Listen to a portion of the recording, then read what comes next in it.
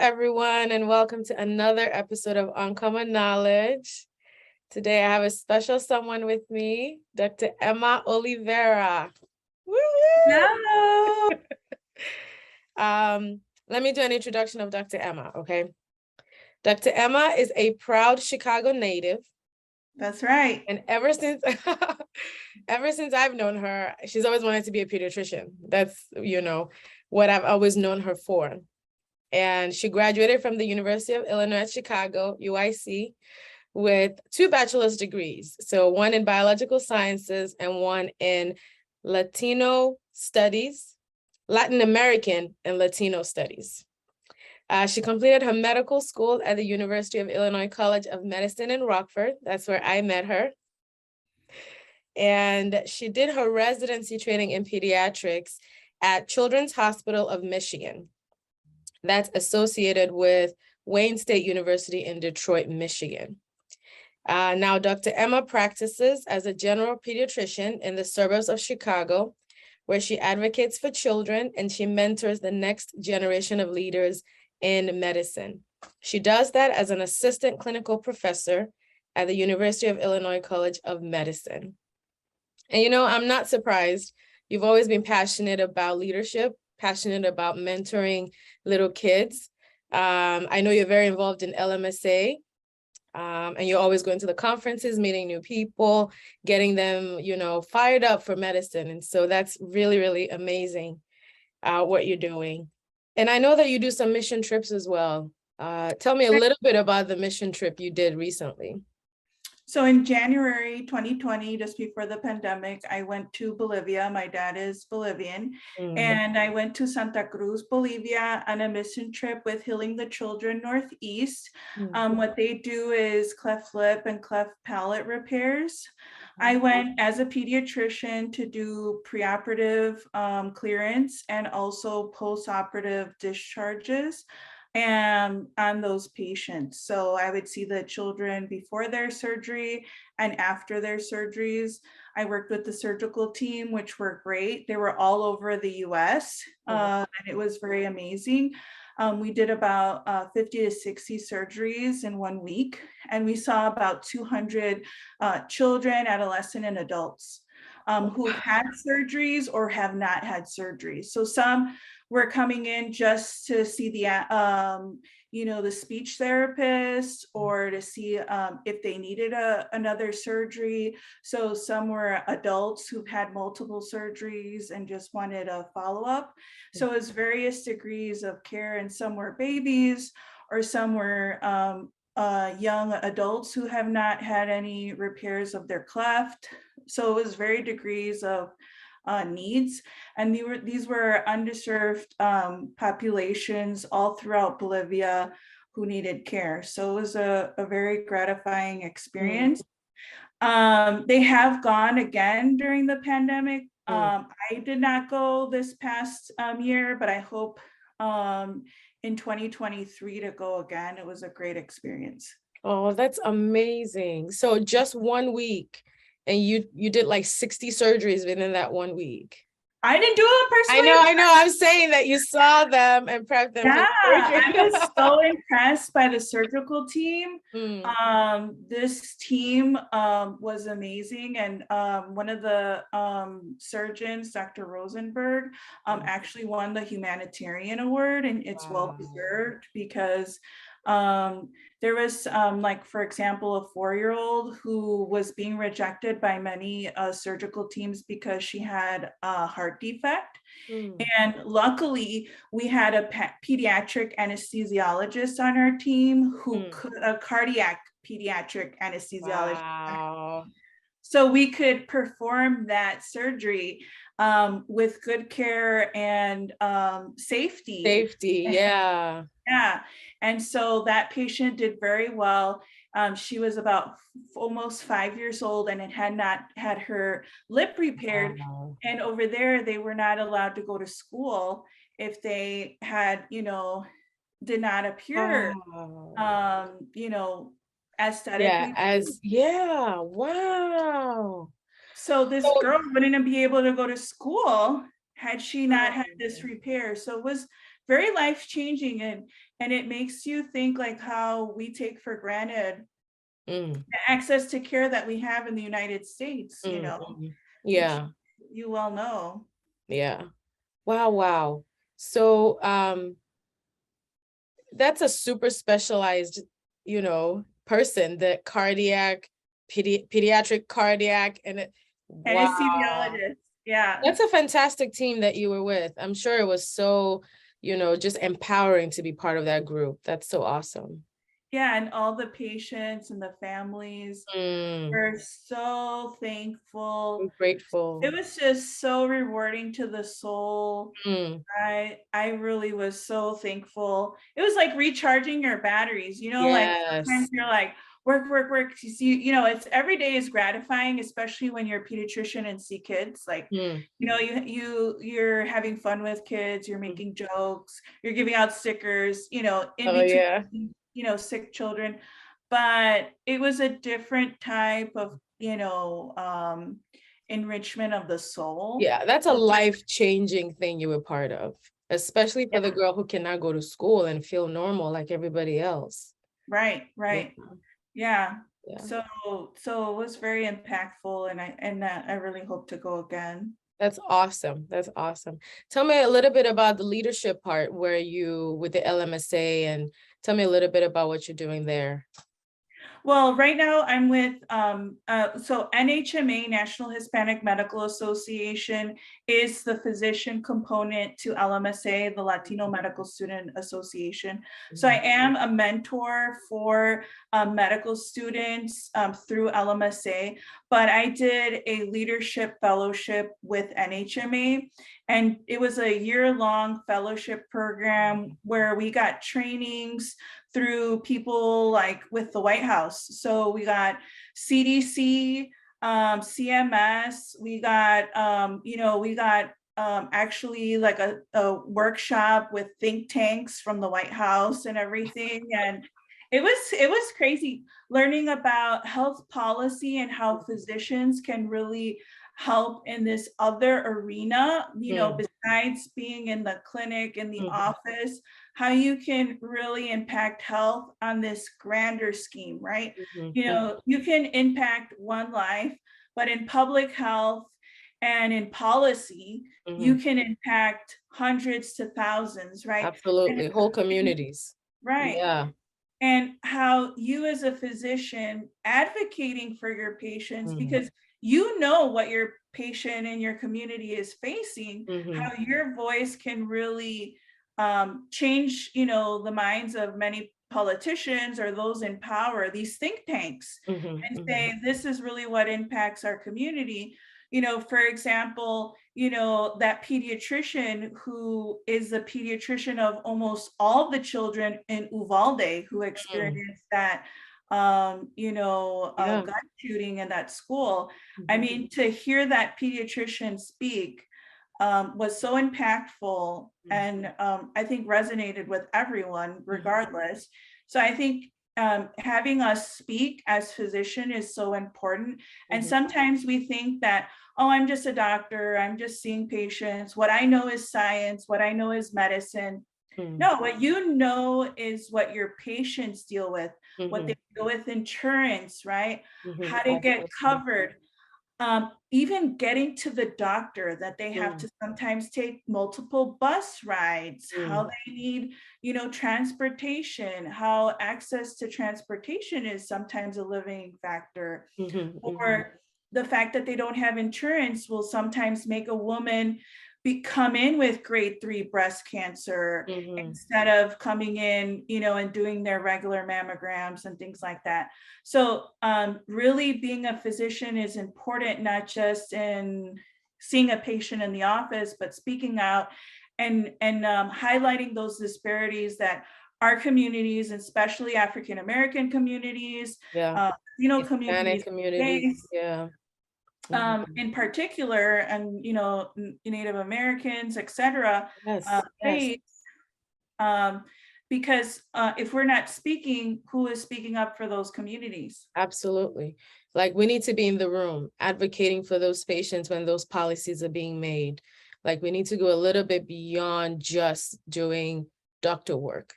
Right. And it's so inspiring to see people like you who are young, who are active, who are involved in those things. So it's not so inaccessible, right? It's accessible to us as doctors. We just have to make that leap, that step, and just be there to advocate for our patients. I'm so inspired by you. I'm so inspired. And you know me in medical school, I'm a shy person. I'm not necessarily the most, outgoing, Outspoken. outspoken. Mhm. But what I realize is that if we're not becoming more outspoken, if we're not speaking up, if we're not saying yes to opportunities around Opportunities. us, Yes. then no one is speaking for those Yeah. communities, and we're doing a disservice, and Mhm. the opportunities will go by, Yeah. and that's really what I've realized with the pandemic is I need to say yes to more opportunities, Mhm. because it'll make me scared. It'll take me out of my comfort zone. Right. Like, for example, this, I conversation know. on the Zoom, all these things, doing Instagram lives and I all these know. things, Completely out of our comfort zone. it's Right. out of our comfort zone, right? As physicians, we're not taught to do these things, right? Right. But you realize that there's things that are uncommon knowledge, that there's things that people might not know about, that there's so much misinformation, Oh, yeah. disinformation that are being spoken about by influencers, Absolutely. by people who say they know what they're talking about because they read a People magazine article, or whatnot. But you went to medical school, you went to residency, you have practice in the real world in your specialty, as have I, and we have seen, real life situations occur. And so I think that's the part that we are still the key messengers, and we are still the people who can really voice these concerns and give, knowledge, Accurate information. accurate Right. information, make uncommon knowledge common Common. in Yes. in the space of the internet, in this Yeah, where space of everybody lives now. 2022. Yeah, I agree with you. We have the accurate information. We need to be putting it out there and not allow our patient population, our families to be, overwhelmed with misinformation. You're absolutely right. Thank you for that. Woo. Thank you for that plug in with the making uncommon knowledge common. Yeah, because Awesome. All right, so let's get into the topic for today. So I asked Dr. Emma what, she sees adolescents, she sees teenagers, she sees infants. So I asked her, what is the most common question that you get asked in your medical practice, especially from teenagers and adolescents, because that's where our specialties cross, right? And I believe she said, is my period normal? That's like one of the most common questions. And so today I wanted us to focus on irregular periods and when to worry, painful periods and when to worry. And maybe we'll touch a little bit on PMS, especially for adolescents and, transitioning from that, young person into adulthood. And so I'm hoping that we can address that today. So Dr. Emma, around what age do those kids start coming in talking about their periods? What do you find that is most common? So on average, most girls will experience their first period around age 11 or 12. It would be abnormal to have findings of, increased, height or a growth spurt, having pubic hair or other development rapidly occurring before age 8. Now, we know that African American communities can have their period at an earlier age than Caucasian communities. As do Hispanics, they may have earlier start of puberty than Caucasian. So usually around age 11 or 12, I'm getting parents saying, "Oh my gosh, my daughter had their first period." And I usually look at the girl and say, "Congratulations." Like, this is I actually say this is a sign that your body is Like, healthy. yeah, Like, that you're normal. yeah, that you're normal, and we need to take it as a positive thing. This is a sign that your body is working the way it should Mm, be. mm, And so good, this is your body working the way I want to see. So I'm glad you're telling me that this is occurring. So good. I always tell them, like, it's normal to have irregular periods, meaning, oh, all this expectation of the 28 days, oh, I'm going to have my period every 28 days, like a little computer, is not true. mhm, Our bodies are learning, to have a period. So I always tell them, when you're starting something, like a new habit, sometimes you forget. So it's like your brain is saying, oh, did we have a period? I don't remember having a period this month. Okay, let's have a period. I love this conversation. Like, let's have a period. And then it has a period. And Mm, then it's like, oh, did we have a period this month? Okay, let's have a period. So sometimes it may have a period twice in a month or a mm, shorter cycle. So it may be 21 days, it may be 45 days. So mhm, there is a range between when you may expect a period. So there is a big range of expectations. mhm, And sometimes moms who are very regular, meaning they have their, they have their flow tracker and they're like, oh, I'm on this, they come in and they're like, my daughter is not exactly like me. And mhm, I tell them, well, you really probably don't remember when you were 11. mm, Now you're, mm, 20 something, 30, you're probably 30 something at this point, or, 40 something at this point. That's, yeah, you've your body has learned by then. yeah, exactly. So there's a difference in that. So I tell them it's very good to get in the habit of tracking. So Mhm, if the, adolescent, has a phone, there's lots of free apps, mhm, even, if you have an Apple phone, it's already into the fitness tracker. I don't know, you have an Android, so is mhm. there, if it's plugged into that? No, I think you have to download a period tracker. Okay. So, a lot of teenagers will tell me about the Flow app. Yeah, There's a lot of free apps. So or I tell them to mark it on the calendar. calendar. Yeah. Yeah, just, mark it on the calendar. And so to get in the habit of tracking, back in the day, you would have a calendar with, the Backstreet Boys, NSYNC, you draw a happy face or something. That's no longer what kids do.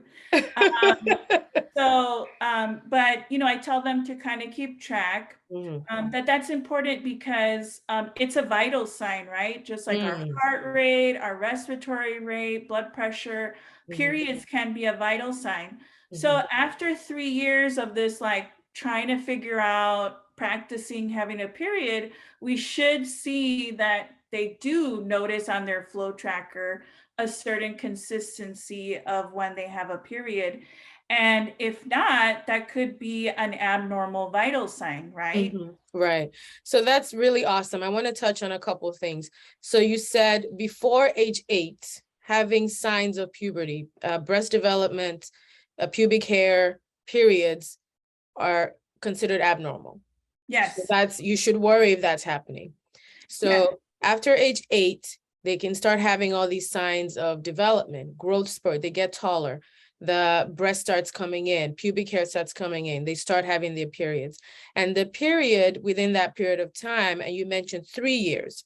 So from when they start their period to about 3 years later, the regularity can vary, meaning it can be 21 days, it can be 25 days between the first period and the next period.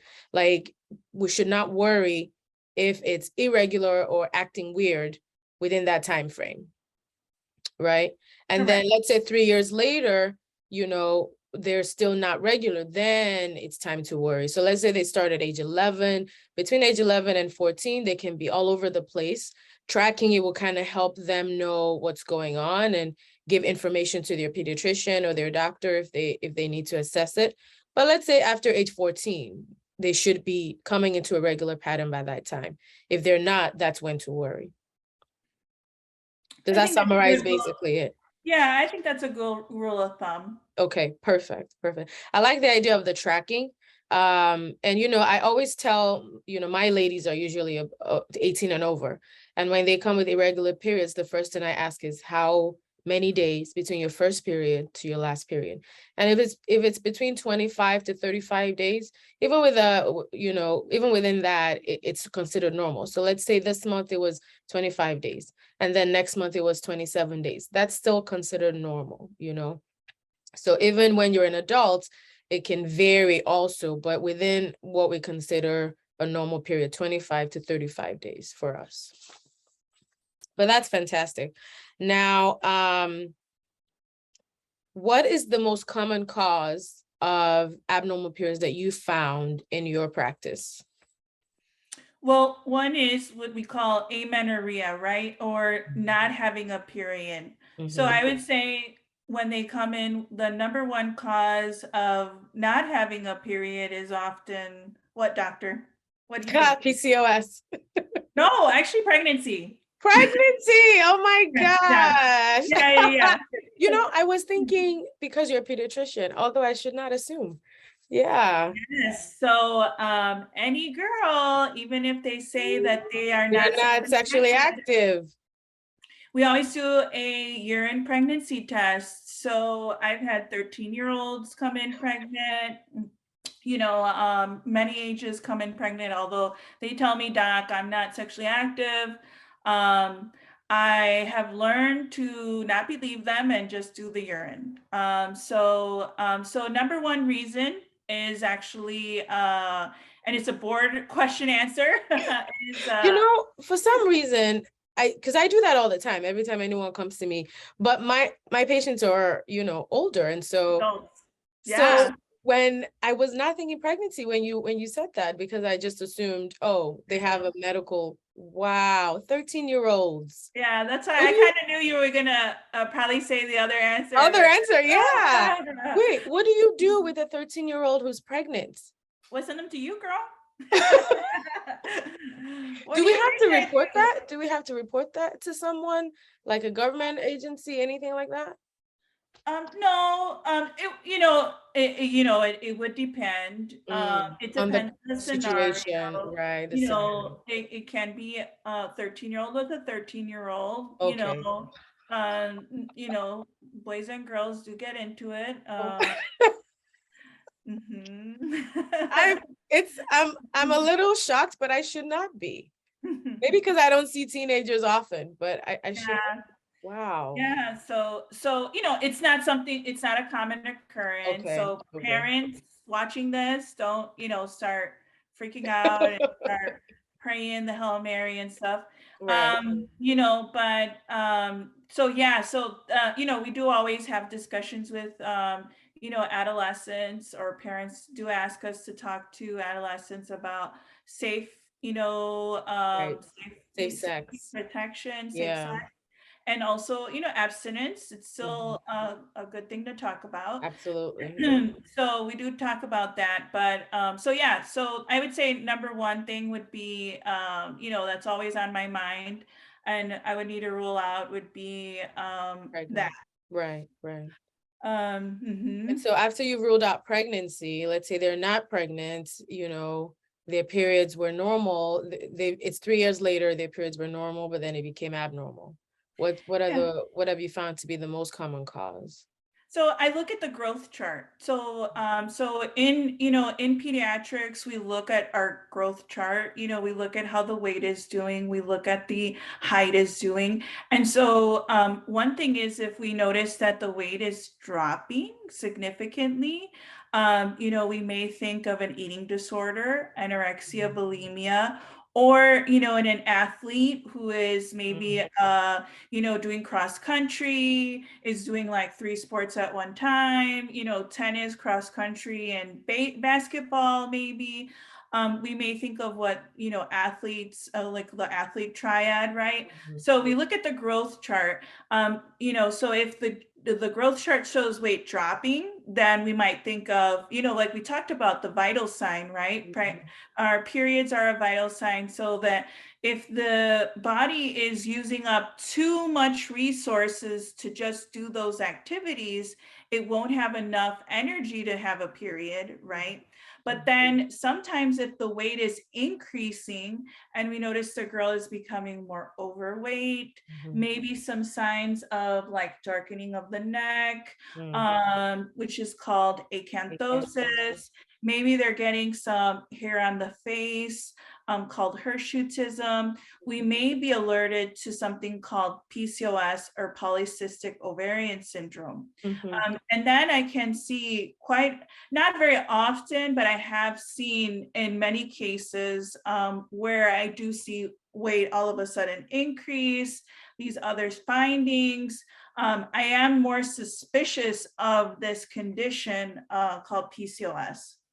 That's remarkable. So the weight dropping is a big deal because, as you know, we need body fat to have periods. Basically, our bodies during puberty need cholesterol to get the ovaries waking up and having periods. So let's say since, they're middle school and high school, they're very active, then they have low body fat. They can be part of that group of people, the athletes can be part of the group of people who don't start their periods on time or who started and then it stops because their body just does not have enough body fat to kickstart that period process.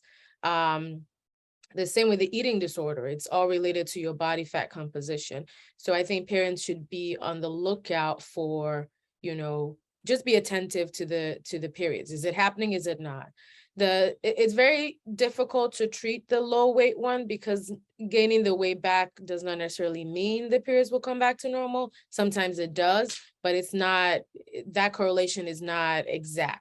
Unlike the weight gain with PCOS, where dropping the weight can help them get back into a normal, regular pattern. And with PCOS, I know that the treatment that we do for PCOS is weight loss. Actually, I apologize. The cure is weight loss, basically for PCOS symptoms.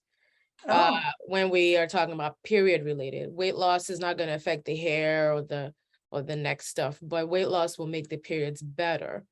If weight loss doesn't happen as quickly as we want to, then we start thinking birth control. Do you talk about birth control with your adolescents?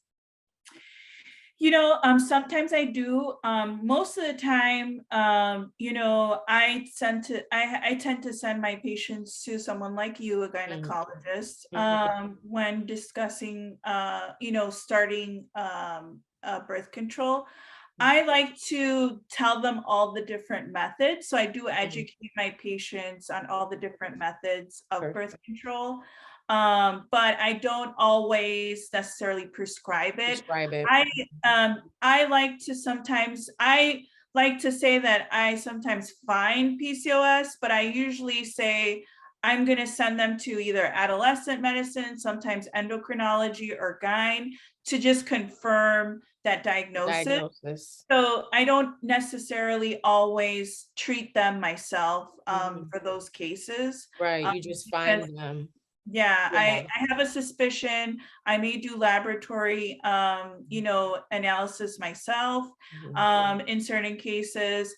And then I may send them to different specialists depending on what my suspicion is. Depending on what I find on my exam. It's not always, as you know, it's often a clinical diagnosis, and laboratory can be supportive.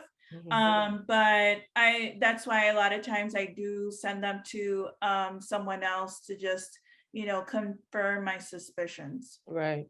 And, just to touch on it, do you find that parents are hesitant to start their kids on birth control? Yes. Yes. Yes, sometimes. It depends. What are the reasons they give you? It depends really on their age. Because it's hormonal, they worry about the consequences of having a child in the future. They think that can actually affect it. As you know, for PCOS, actually having birth control on board can help them in the future with actually having a child, because it's actually stimulating a regular period. So we're talking about irregular periods, right? And so it can stimulate them to have a regular period. And sometimes with the weight loss and things that you had mentioned, they can come off of their contraceptive and then have, a nice period and have, good fertility fertility for the future for when they want to. Yeah. So that's kind of the, the education that we need to give to parents, is that actually giving a birth control will help with fertility in the future in those certain cases. But I think, a lot of parents are still hesitant that birth control can affect long-term fertility in their child. So it really depends on, is this an 18-year-old that you're talking about that we're discovering PCOS, or is this a 14-year-old that we're discovering PCOS? Right. So it really depends on, that. Certain cultures may still think that this is giving their child permission to be promiscuous, sexually active. Yeah. And although we see this less now, it still does come up here and there. So you try to counsel it, that's not the case. It's like any other medicine that you're giving. If you were to give an antibiotic, you're not giving them permission to go eat dirt, and get bacteria, so it's kind of like that, right. So I think it's important to also let parents know that, like you said, there are different kinds of birth control. There are some that can suppress fertility for a long time, like the depot shots. And I try not to give the depot shot unless they come in requesting for it, because that's the one I found can suppress the ovaries for a long time and affect fertility later. But the other options are absolutely safe. Once you come off them, the ovaries wake up again and return to normal cycling and normal fertility. So I want to be sure that parents know that sometimes your kid needs birth control. And so we just have to choose the right birth control for that, 14-year-old or 15-year-old, that can assuage their fears of fertility later in the future. And also, like you said, education, it does not mean that they're going to become promiscuous or anything like that. It's just something to treat them, to make them better.